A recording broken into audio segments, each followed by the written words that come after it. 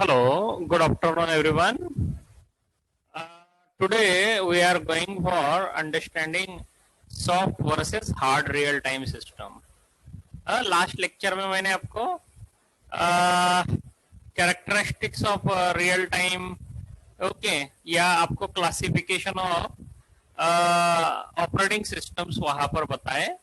Okay आज हम start कर रहे हैं soft versus hard real time system. Okay अभी कैसा है कि generally whenever we talk about the real time system, then the real time system will have a nature that it should have to complete its task within a specific or within a stipulated amount of the time. So generally when you think about that real time system, then that real time system may be a hard real time system or a soft real time system.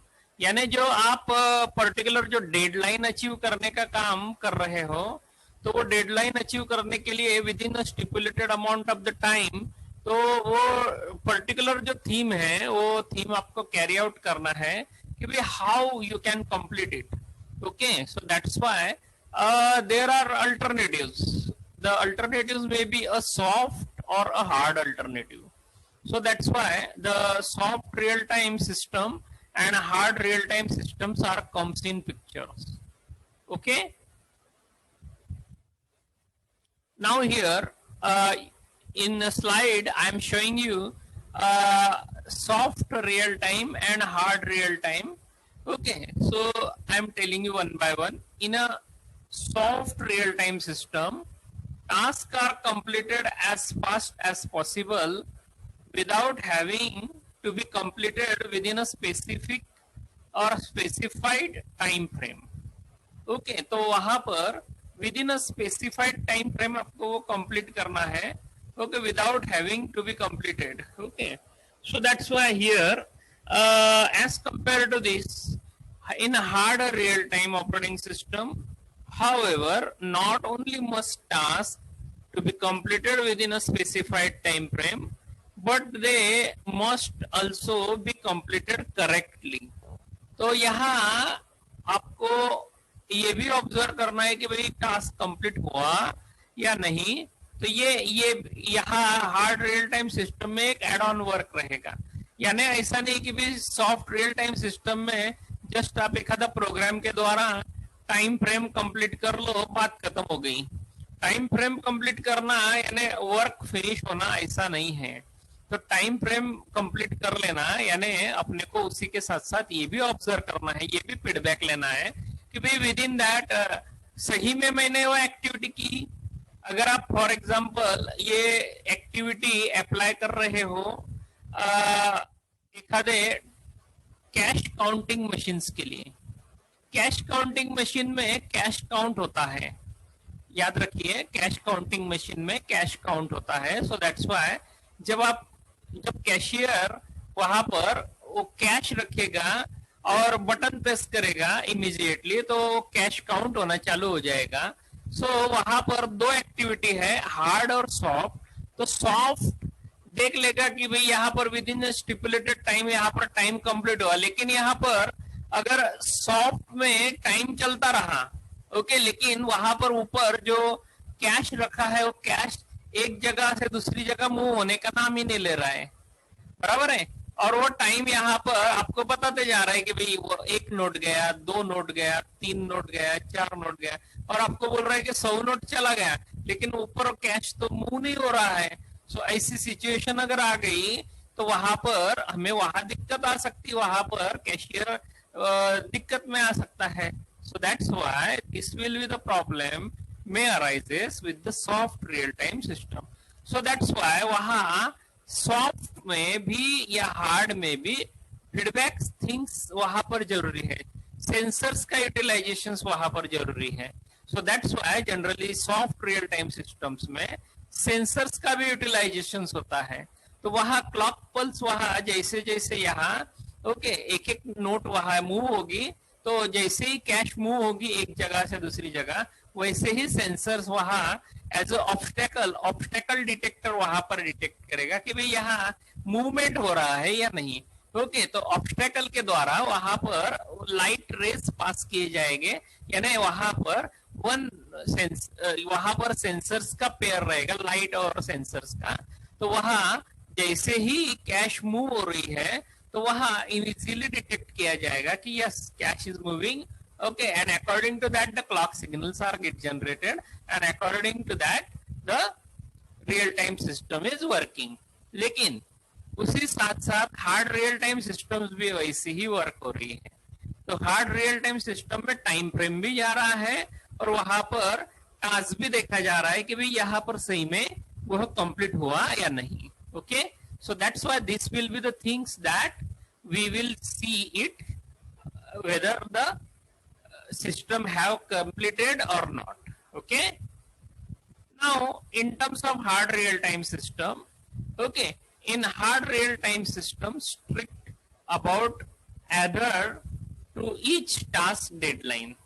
When an event occur, it should be serviced within the predictable time at all time in a given hard real-time system. The pre-implementation period for the hard real-time task in worst case should be less than a few microseconds.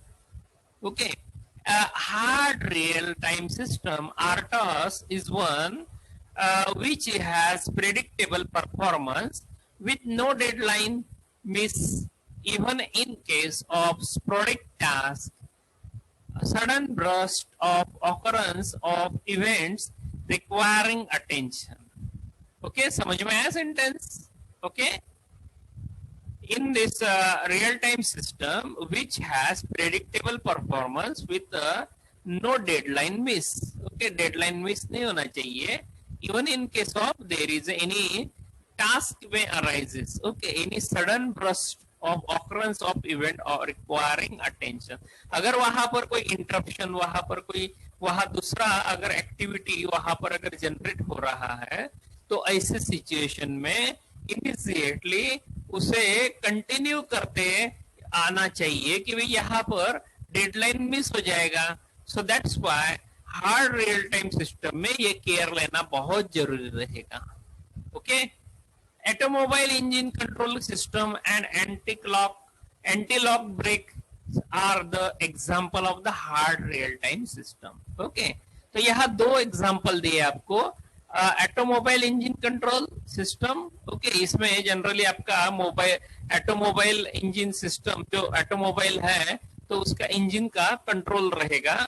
Okay, तो वो control कैसा रहेगा? Temperature रहेगा, fluid flow रहेगा, उसमें 2-3 parameter वहां पर लिए जाएंगे and according to that it will get control. और जैसा ही कोई व्हीकल है तो व्हीकल में ब्रेकिंग सिस्टम रहता है, सो दैट्स व्हाई वहां पर डिस्क ब्रेक रहता है। सो दैट्स व्हाई वो डिस्क ब्रेक के द्वारा वहां पर आपको लाइट रेस पास किए जाते हैं। ओके, वहां पर एक ब्लैक छोटा सा बॉक्स रहता है और उसको एक वायर भी लगा रहता है।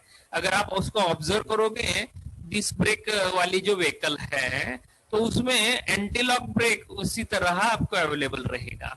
ओके, तो वो वहां पर सेंसर और लाइट का अरेंजमेंट रहेगा और वो पर्टिकुलर रोटरी डिस्क के द्वारा यहाँ मूवमेंट होते हुए रहेगा और वहां मूवमेंट के ऊपर वह कंट्रोल भी किया जाएगा। Okay,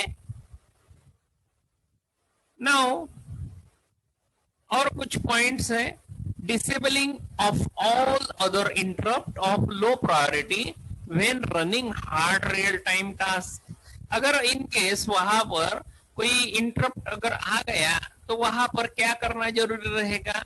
okay, disabling all other interrupt with low priority when running a hard real time task. Okay, then pre-implementations of higher priority tasks by lowering low priority task. Okay, तो वहां pre इम्पिट करना जरूरी है, वहां पर सप्रेस करना जरूरी है, वहां पर वो पर्टिकुलरली जो टास्क रन हो रहा है, ओके, तो वो टास्क को हाई प्रायोरिटी प्रोवाइड करके, okay, and high priority task by low priority task. Okay, तो उसको जिसको अगर आपको रन करना होगा उसको हाई प्रायोरिटी दे दो और जिसको सप्रेस करना होगा उसको लो प्रायोरिटी दे दो। Some critical code in assembly to meet the real time constraint fast.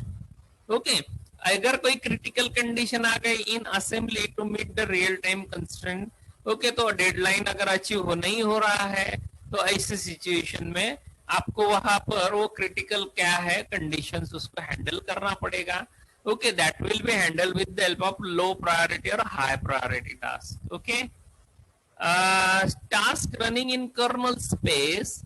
Okay, so generally this saves the time required to first check whether access is outside the memory space allocated to the kernel functions. Okay, then there is a provision of asynchronous iOS, iPhone operating system. Okay, then provision of locks for or spins locks. Okay, तो ये और कुछ points यहाँ पर hard real time systems में और attach होंगे. Prediction of interrupt latencies and context switching latencies of the task. तो वहां पर आपको प्रेडिक्ट करते आना चाहिए कि भाई इंटरप्ट की कोई लेटेंसीज वहां पर इंट्रोड्यूस हो रही है क्या.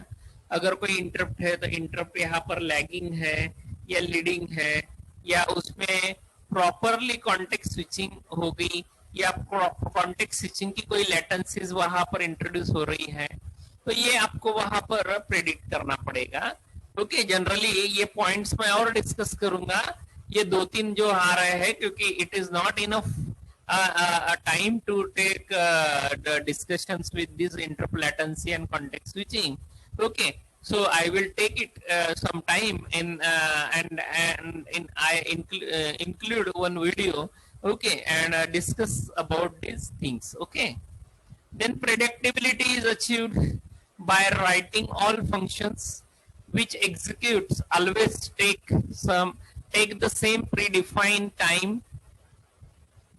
interval in case of varying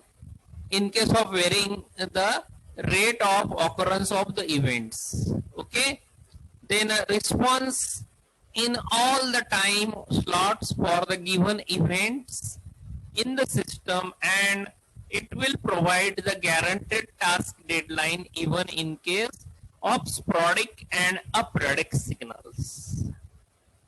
Then sporadic task means task executed on the sudden burst of the corresponding event at high rates, and aperiodic task means the task having no definite period of event occurrence. Right, remember all these points that I am going to tell you.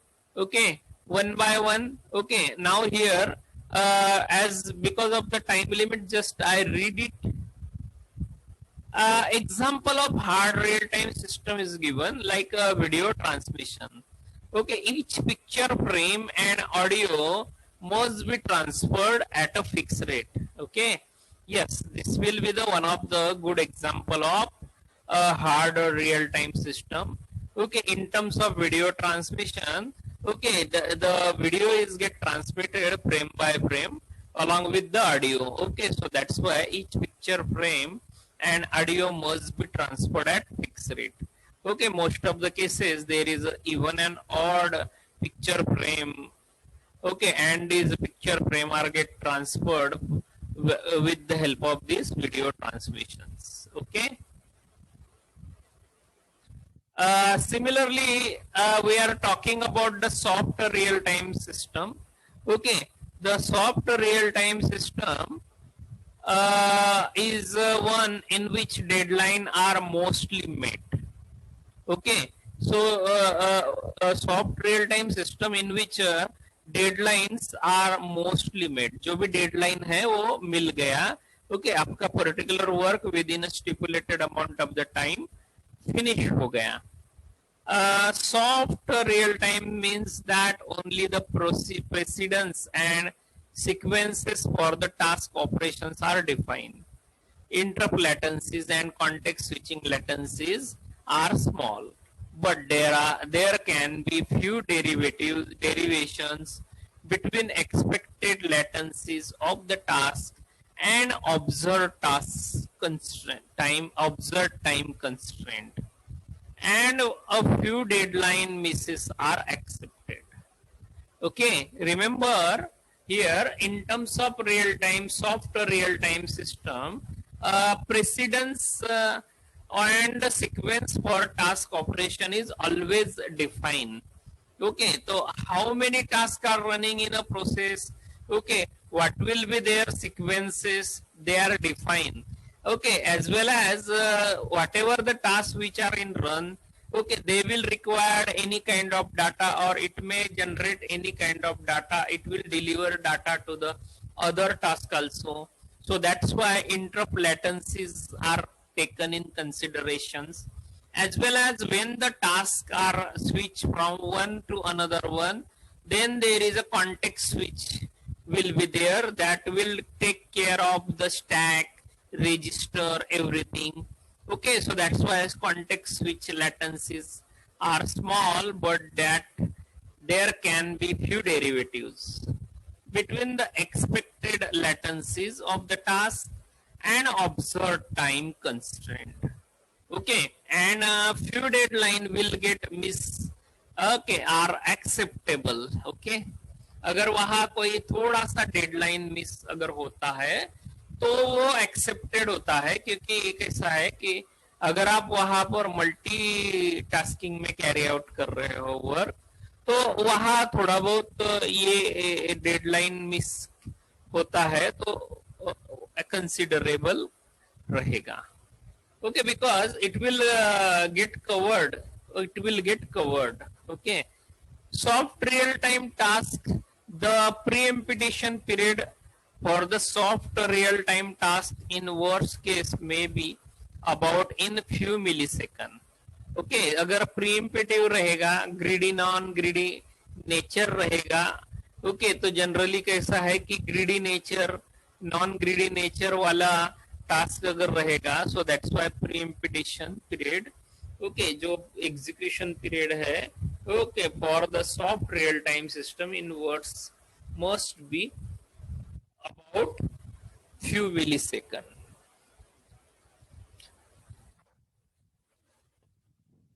Okay, wait.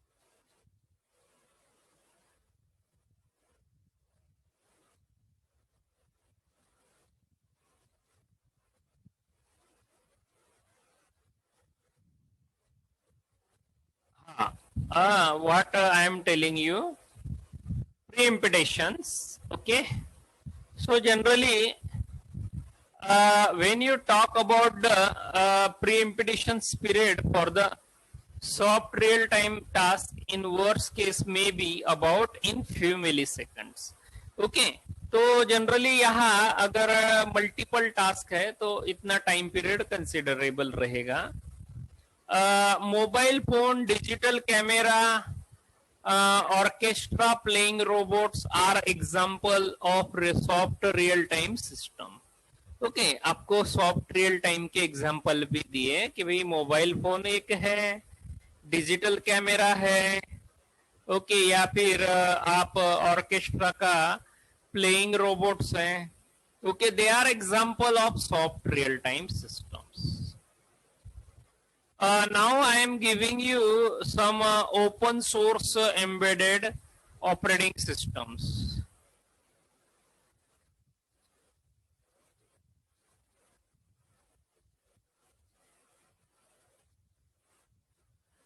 Now see, here in front of you, you can see one slide.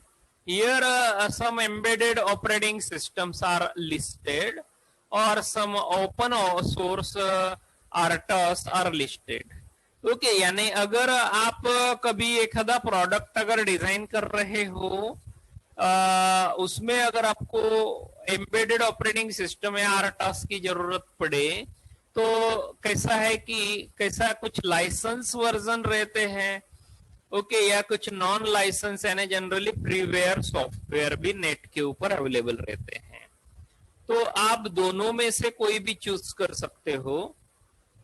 Okay, तो generally कैसा है कि free versions most of the manufacturer आज की दुनिया में market में use कर रहे हैं, तो वो फ्री वर्जन्स के ऊपर ही उनके प्रोडक्ट का डिजाइन कर लेते हैं आरटॉस या एम्बेडेड ओएस का यूज करके, और उसमें वो भी फैसिलिटी पूरी मैन्युफैक्चरिंग पूरी प्रोडक्ट डिजाइन सभी फैसिलिटीज वहां पर अवेलेबल रहती है। तो उसमें से आपको एग्जांपल दे रहा हूं। See, Linux is one of the operating system. Okay, this is the primary site for Linux kernel source. Okay, it is a freeware. आप नेट पे गूगल में लिनक्स डालिए तो आपको लिनक्स का ऑपरेटिंग सिस्टम इजीली मिल जाएगा। आपको उसका जो एम्बेडेड ओएस है वो भी इजीली वहां पर अवेलेबल रहता है, और आप वो एम्बेडेड ओएस के द्वारा जनरल ऑपरेटिंग सिस्टम्स के फंक्शंस का यूज करके आप कोई भी हार्डवेयर को इजीली सॉफ्टवेयर के साथ क्लब कर सकते हो।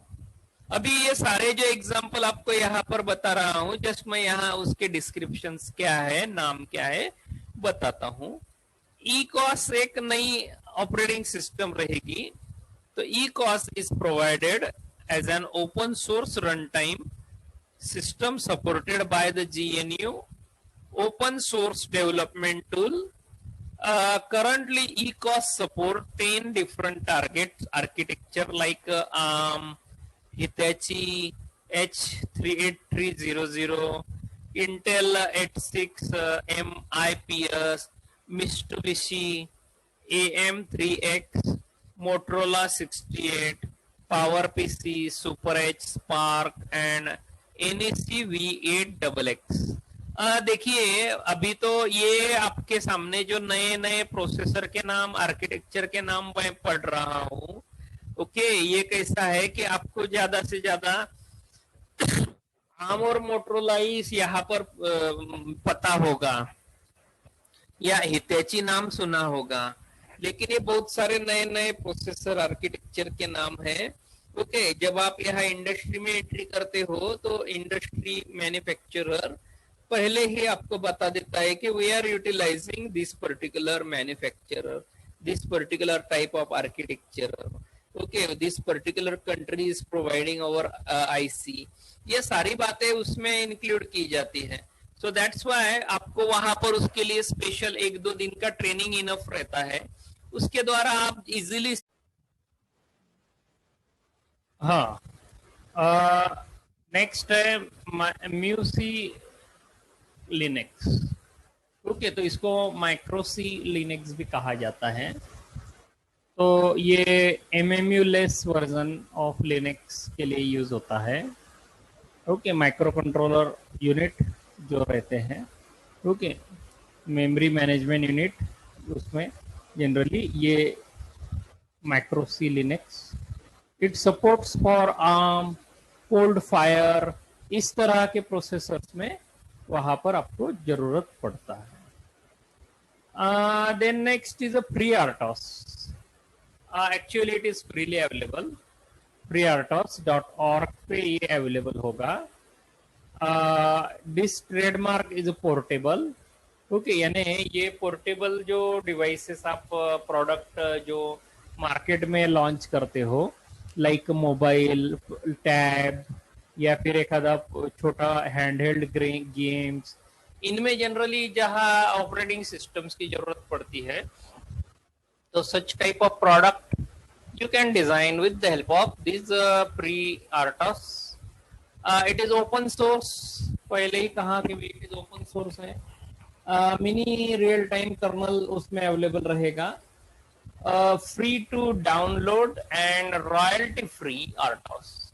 ये रॉयल्टी फ्री RTOS रहेगी। कैसा है कि कुछ RTOS जो रहते हैं उनमें रॉयल्टी लिया जाता है, साल भर का एक पर्टिकुलर, एक ईयर का पर्टिकुलर, उसमें आपसे एक लमसम अमाउंट यूज किया जाएगा कि भाई आपको फ्रीली अवेलेबल कराएगा, लेकिन उसमें एक छोटा सा 1000, 2000, 10,000 इस तरह का एक रॉयल्टी वहां पर यूज किया जाता है। ओके, तो इसमें उस तरह का रॉयल्टी नहीं रहेगा.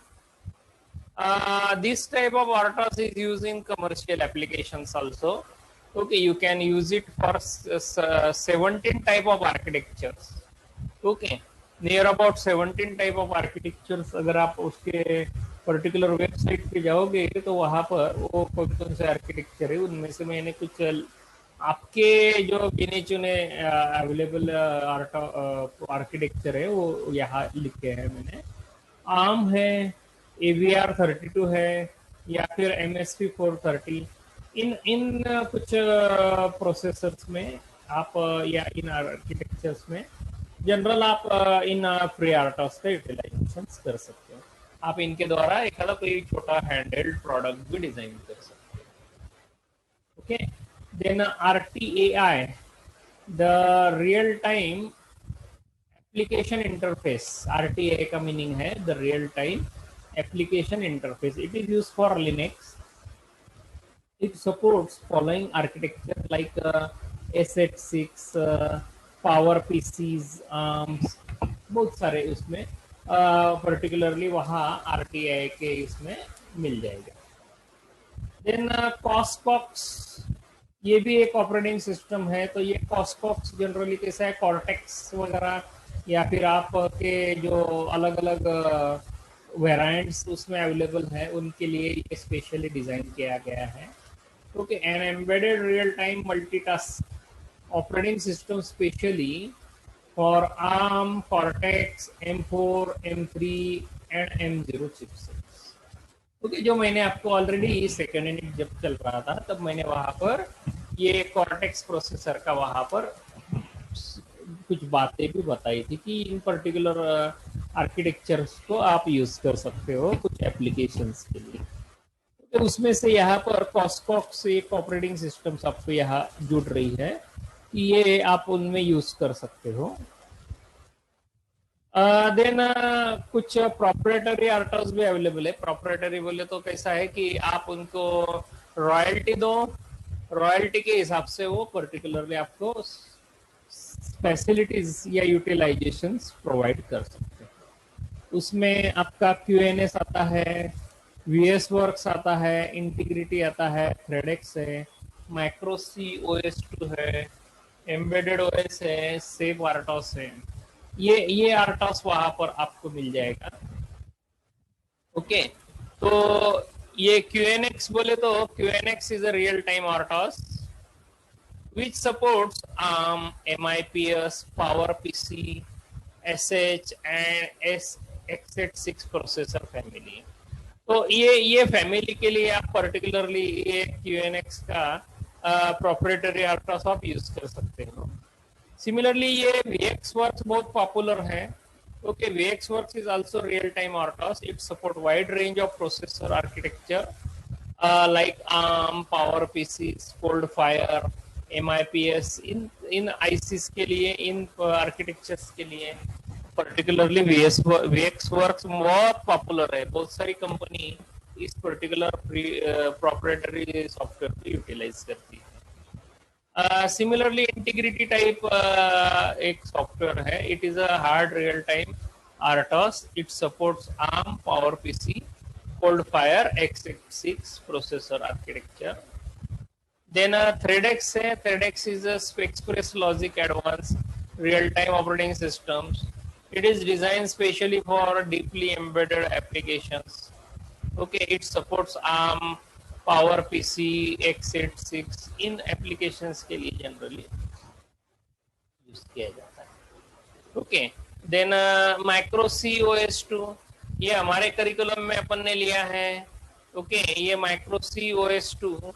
The real-time kernel is highly portable, ROMable, very scalable, preemptive, real-time multitasking kernel for microprocessor and microcontroller. It supports ARM, PowerPC, x86. Okay, हमारे जो प्रैक्टिकल है एम्बेडेड सिस्टम्स के वो जनरली हम इसके ऊपर ही परफॉर्म करते हैं. जनरल हम यहाँ पर ये RTOS का यूटिलाइजेशन करते हैं. ये हाईली पोर्टेबल ऑपरेटिंग सिस्टम है. बहुत बढ़िया यहाँ पर अपन ने एक्सपीरियंस वगैरह बताया है बच्चों को। ओके, उसमें कॉन्टेक्स्ट स्विचिंग का है, या फिर आप वहाँ पर थंब है, या फिर फेस रिकॉग्निशन है, या फिर जीएसएम कम्युनिकेशन है, आरएफ कम्युनिकेशन है। बहुत सारे एक्सपीरियंस हमने यहाँ एम्बेडेड सिस्टम्स के द्वारा डिजाइन करके बताए भी हैं। ओके, देन एम्बेडेड ओएस आता है। Embedded OS is a proprietary controlled priority controlled multitasking system. It is designed to be used as an embedded operating system for the development of real-time applications for a variety of microcontroller.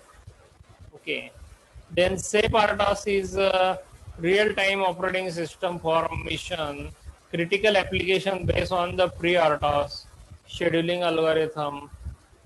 Generally, it is certified for IEC 61508, SIL3, then FDA 510K और D0178B. इनके लिए ये particularly specially certified आर्टॉस है।